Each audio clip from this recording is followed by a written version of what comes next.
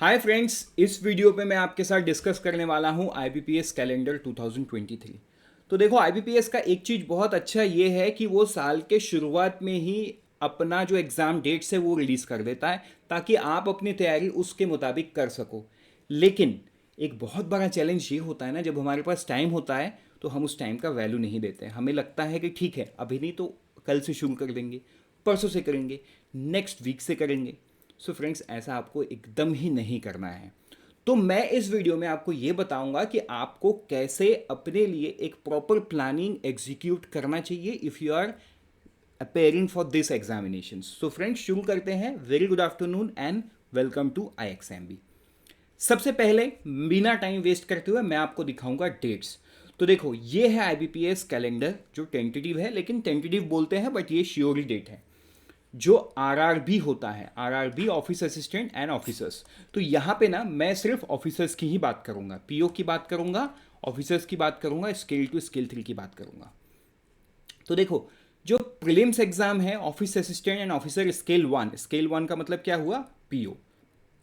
जो जेएमजीएस स्केल पे, junior management scale पे रिक्रूटमेंट होता है ना पीओ का, वो है स्केल 1।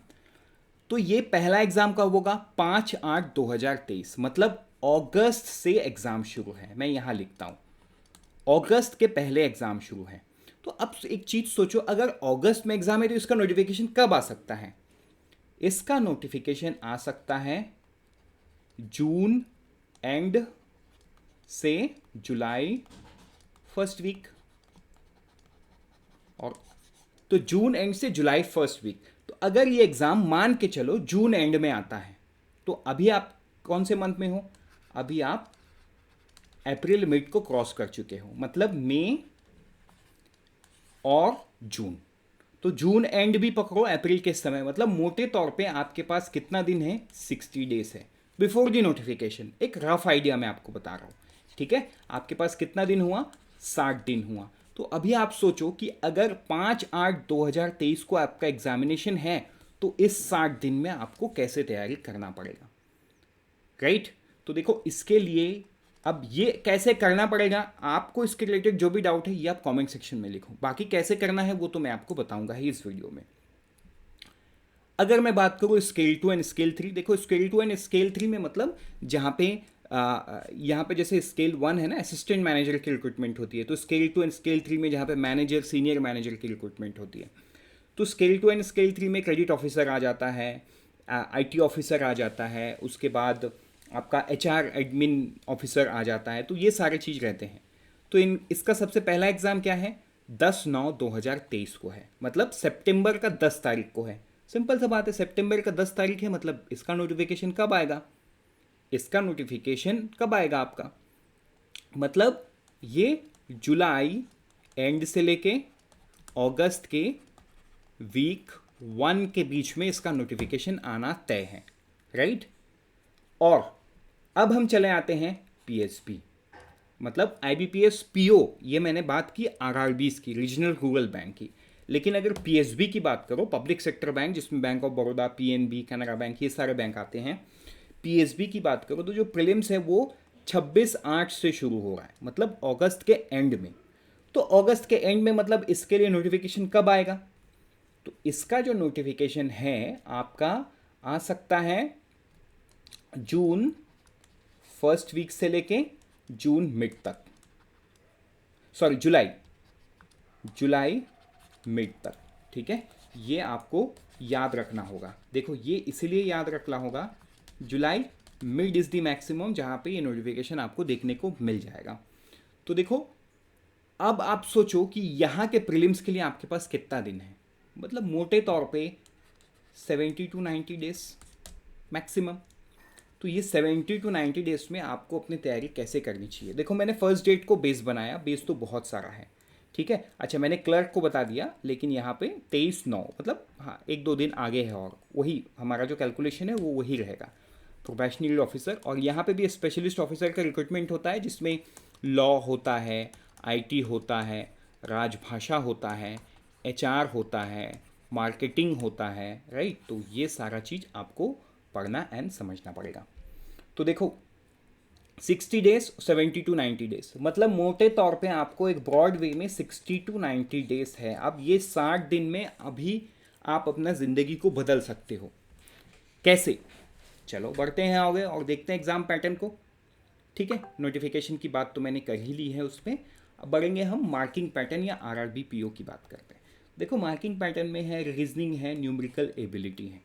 तो रीजनिंग में क्वेश्चंस 40 मार्क और 40 क्वेश्चंस आएंगे। ठीक है, तो 45 मिनट का क्यूमुलेटिव टाइम है फेस 1 में। ये है आरआरबी पीओ का। तो देखो क्वांट एंड रीजनिंग, तो ये 60 डेज में आपको, अगर टारगेट आपका सिर्फ आरआरबी पीओ है तो आपको क्या करना पड़ेगा? रीजनिंग एंड क्वांट को सही करना पड़ेगा।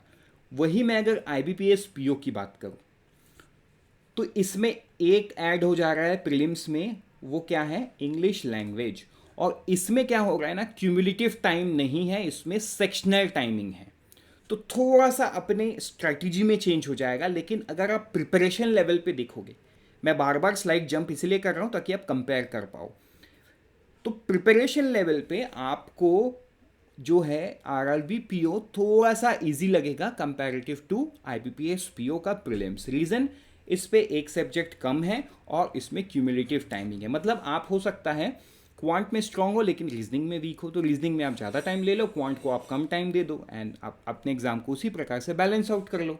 लेकिन एक चीज़ आप ये सोचो कि आप जब ऐसा करोगे तो आपके जो कंपिटिटर्स हैं, जो और भी लोग एग्जाम दे रहे, वो लोग भी इस प्रिविलेज को यूज़ करेंगे।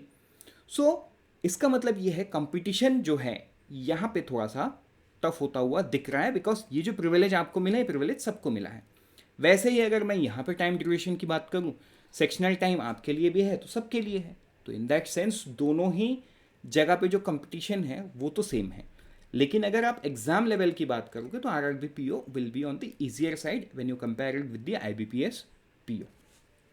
यहाँ पे आपको इंग्लिश एक्स्ट्रा पढ़ना पड़ेगा, राइट। अब हम बात करते हैं फेज 2 की। तो फेज 2 में देखो रीजनिंग कॉमन निकला, न्यूमेरिकल एबिलिटी कॉमन निकला, ये कॉमन है। बाकी जनरल अवेयरनेस आपको एक्स्ट्रा पढ़ने पड़ेंगे, इंग्लिश आपको एक्स्ट्रा पढ़ना पड़ेगा, कंप्यूटर एक्स्ट्रा। अभी देखो, अभी मैं आपको एक प्लानिंग बता रहा हूँ। आपको आरआरबी पीओ बनने के लिए तो मेंस भी देना होगा। तो मेंस के लिए आपको देखो इंग्लिश तो एट एनी केस पढ़ना ही पड़ रहा है।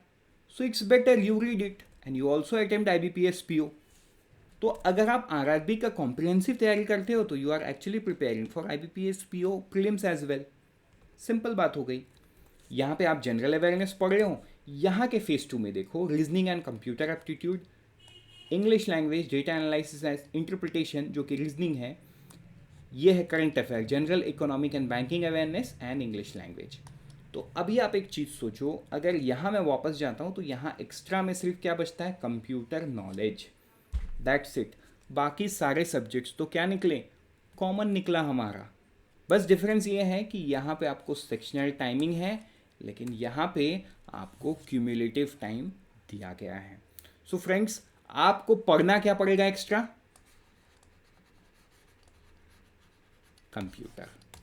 और ये भी एक फैक्ट है कि एग्ज़ाम का जो लेवल है आईबीपीएस आरआरबी पीओ और आईबीपीएस पीओ लेवल में थोड़ा सा डिफरेंस ज़रूर हो जाता है। अगर आपको कोई भी डाउट है इस कंपैरिजन में, please do let me know in the comments or reply your doubts through email. So friends, with this, let's meet in some other video. Till then, you can like, subscribe IXMB to unfold your potential with this kind of informative video. So prepare 50% faster with IXMB.